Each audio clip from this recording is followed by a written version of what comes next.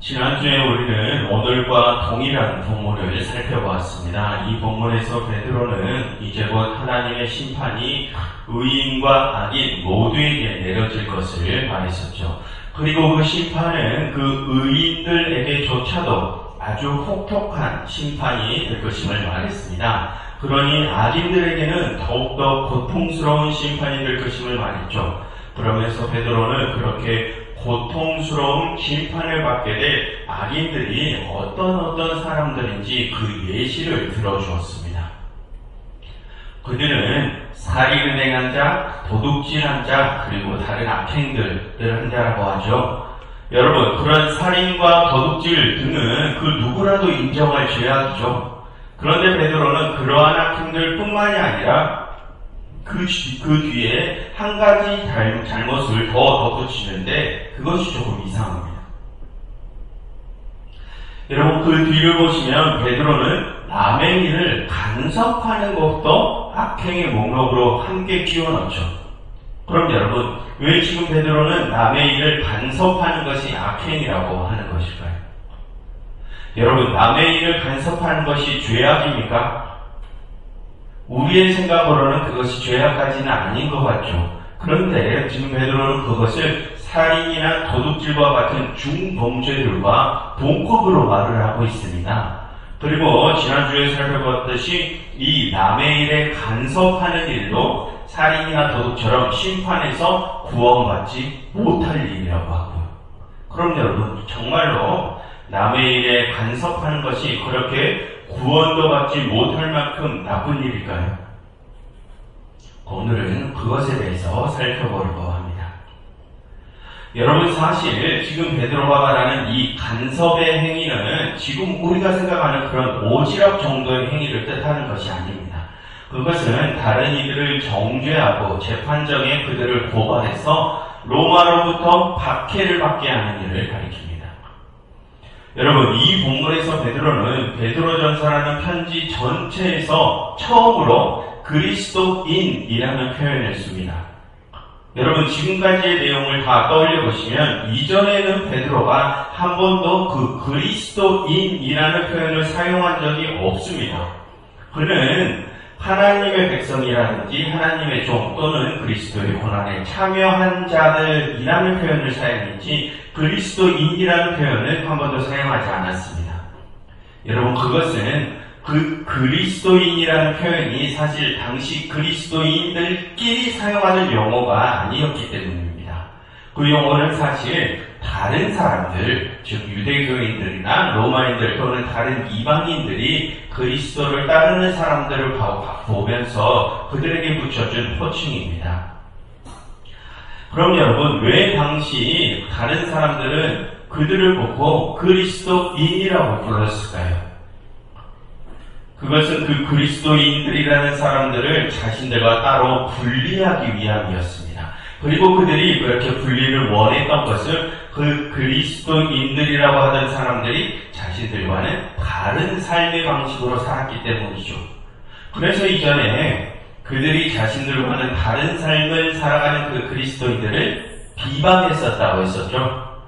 그런데 여러분, 그 비방자들 대부분은 이방인들, 즉 로마 제국의 사람들과 비종교인들이 대부분이었습니다. 그렇지만 그 중에는 유대교인들 또한 끼어 있었습니다. 지난번에 말씀드렸지만 그 유대교인들은 당시 자신들 안에 있던 그리스도인들 때문에 자신들에게도 로마 제국의 박해에 불똥이 튈까봐 그리스도인들을 자신들과 다른 종교로 분리하기를 원했다고 했었죠. 그러면서 그 유대교인들도 로마인들이나 비종교인들과 함께 그 그리스도인들을 비방했습니다. 그런데 문제는 그렇게 그리스도인들을 비방하던 이들이 비방만 하면 좋은데 거기에서 그친 것이 아니라 그리스도인들을 로마로 넘기기까지 했습니다. 그럼 여러분, 그렇게 그리스도인들이 로마에 넘겨지면 그들이 어떻게 되겠습니까? 극심한 박해를 받고 죽음을 당하게 되는 이들도 생기겠죠. 그래서 베드로는 그렇게 그리스도인들을 죽음에까지 몰아넣은 그들을 남의 일에 간섭하는 자들이라고 불렀던 것입니다. 그런데 여러분, 당시의 상황을 생각해보면 여러분, 당시 그리스도인들이 실제로 로마 제국에 반란을 일으킨다든지 아니면 다른 사람들에게 피해를 준 일이 있었을까요?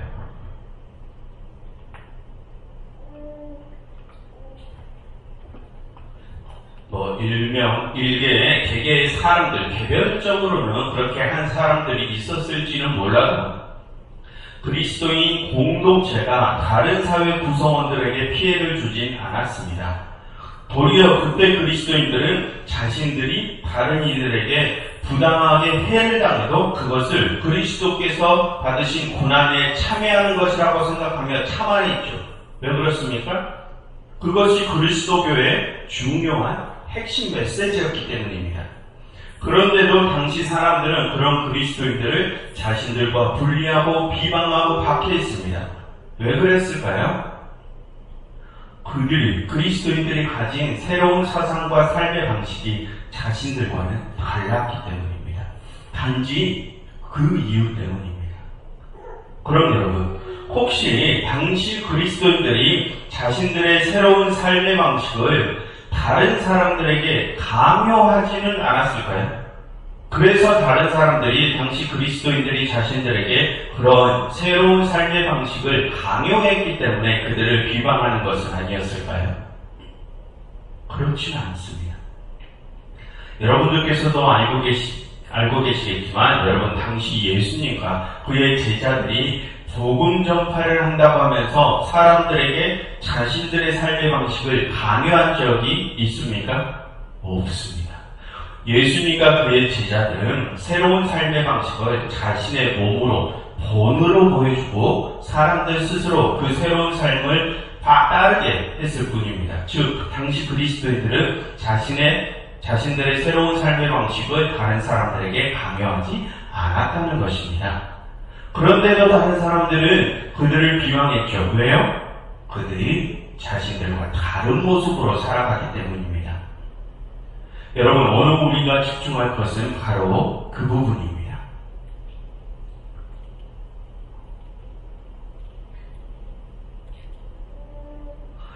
여러분, 당시 그리스도인들은 아주 적은 수의 사람들이었습니다. 지금은 크리스천이 세계 전체 인류의 4분의 1을 차지할 만큼 많은 수를 차지하고 있기 때문에 우리가 당시도 그럴 것이라고 착각할 수 있는데, 여러분, 당시의 그리스도인들은 아주 극소수의 집단이었습니다. 당시 큰 교회였던 고린도 교회만 하더라도 40명 내지 50명 정도밖에 모이지 않는 교회였습니다. 이 베드로전서를 받는 소아시아의 교회들도 한 교회에 20-30명 정도 모이는 교회였고요. 즉, 당시 그리스도인들은 아주 극소수 집단이었다는 것입니다. 그런데 그런 극소수 사람들이 다른 다수의 사람들과는 다른 삶을 살아갑니다.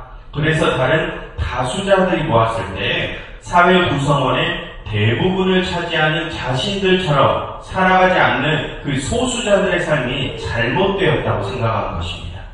실제로는 그 소수자들이 다른 이들에게 피해를 준 일도 없고 오히려 부당한 고난을 받아도 그 다수자들에게 순종함에도 불구하고 다수자들의 삶의 방식을 따르지 않는다면서 그들의 삶이 잘못되었다고 평가했다고요. 그래서 단지 그것 때문에 그들을 죽음으로 몰아넣은 것입니다. 그럼 여러분, 정말로 그 소수자들의 삶이 잘못된 것입니까? 다수자들의 삶의 방식을 따르지 않는다고 그 소수자들이 잘못한 것이냐고요. 그런데도 그 다수들은 그 소수를 죽음으로 몰아넣었다고 합니다. 그래서 베드로는 그 다수자들이 그 소수자들의 삶에 간섭한 그 행위가 마지막 하나님의 심판 속에서 영원한 죽음으로 향할 중대한 죄악이라고 했던 것입니다.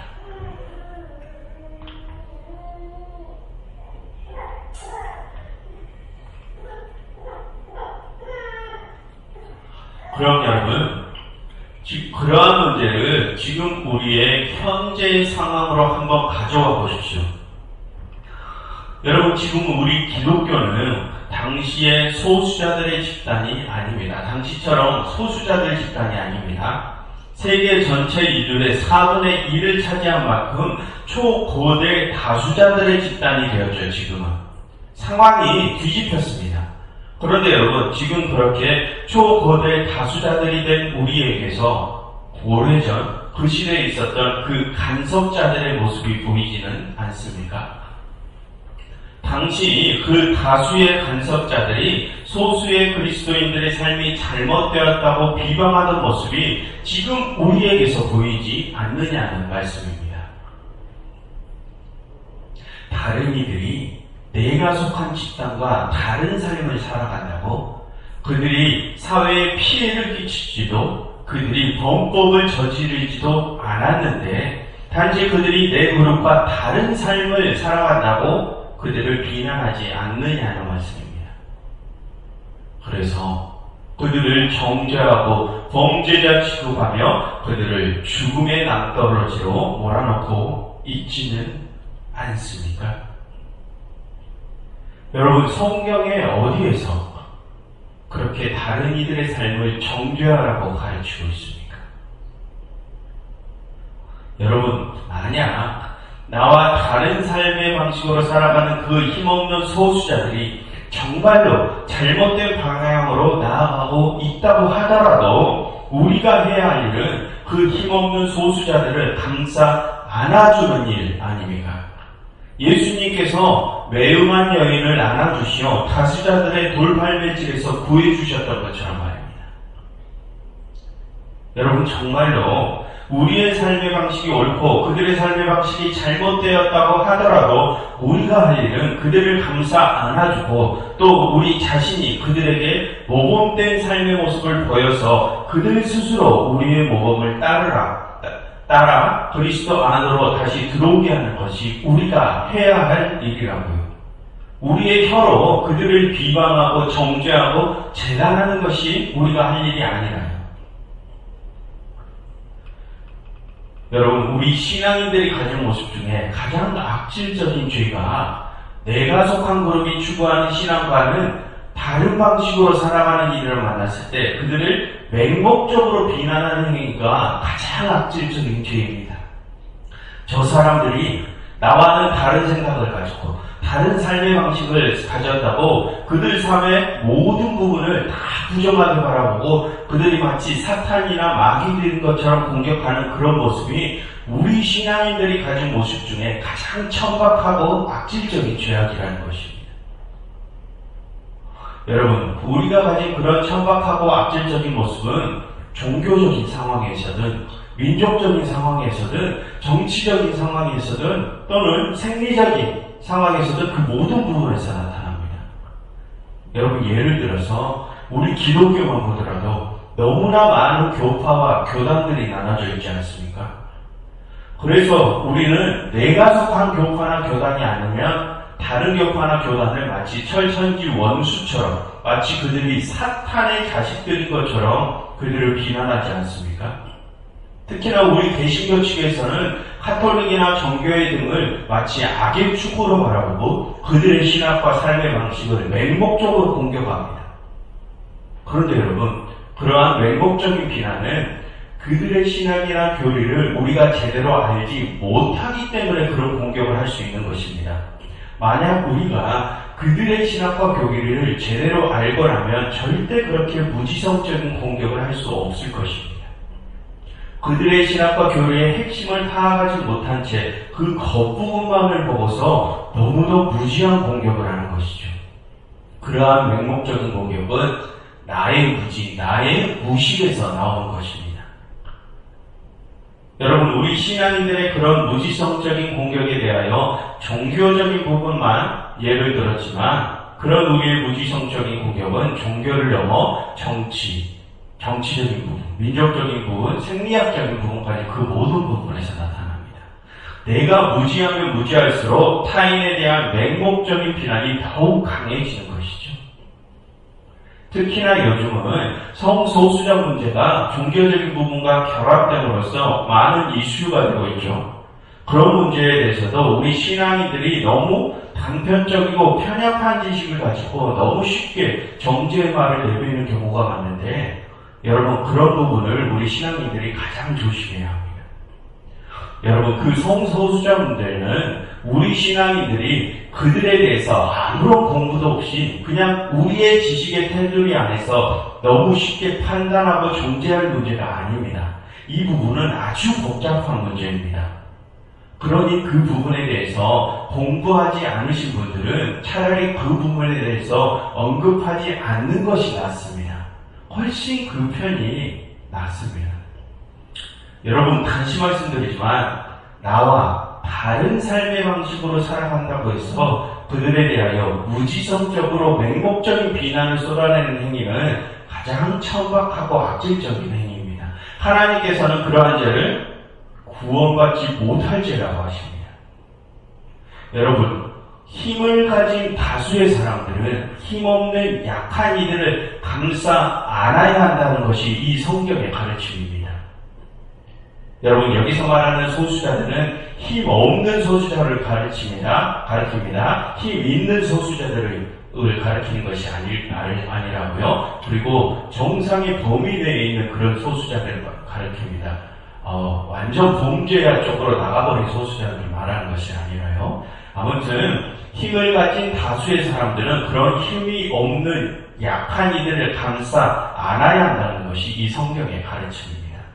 아무튼 그래서 예수님께서도 그 매음한 여인을 감싸 안으셨던 것 아닙니까? 여러분, 하나님께서는 죄인인 우리를 위해 당신의 아들을 죽이셨고, 또 그 아들 예수님께서는 그 죄인인 우리를 살리시려고 우리가 만든 이 죄악의 세상 속으로 들어오셨는데, 우리는 왜 자꾸 그 힘없는 이들을 정죄하려 합니까? 우리가 도대체 뭔데? 심판자 하나님의 자리에까지 앉아 올라서 그들을 정죄하냐고요. 그러니 여러분, 간곡히 부탁드립니다. 다수의 삶의 방식을 따르지 못해 힘이 없어지고 약해진 이들, 그 어디에도 하소연도 못하고 손을 벌리지 못한 이들, 그들을 감싸 안아주십시오. 제발 혀로 다른 이들을 정죄하지 마시고 몸으로 그들에게 사랑을 보여주십시오. 그것이 죄인들과 함께 하신, 우리와 같은 죄인들과 함께 하신 그리스도를 따르는 그리스도인들이 해야 할 일입니다. 여러분, 이렇게 함께 기도하면 좋겠습니다. 하나님, 저희의 생각과 지경을 넓혀주세요. 그래서 저희가 편협한 신앙생활을 하지 않게 하시고 광대하신 당신의 마음을 담게 해주세요 라고 함께 기도하면 좋겠습니다.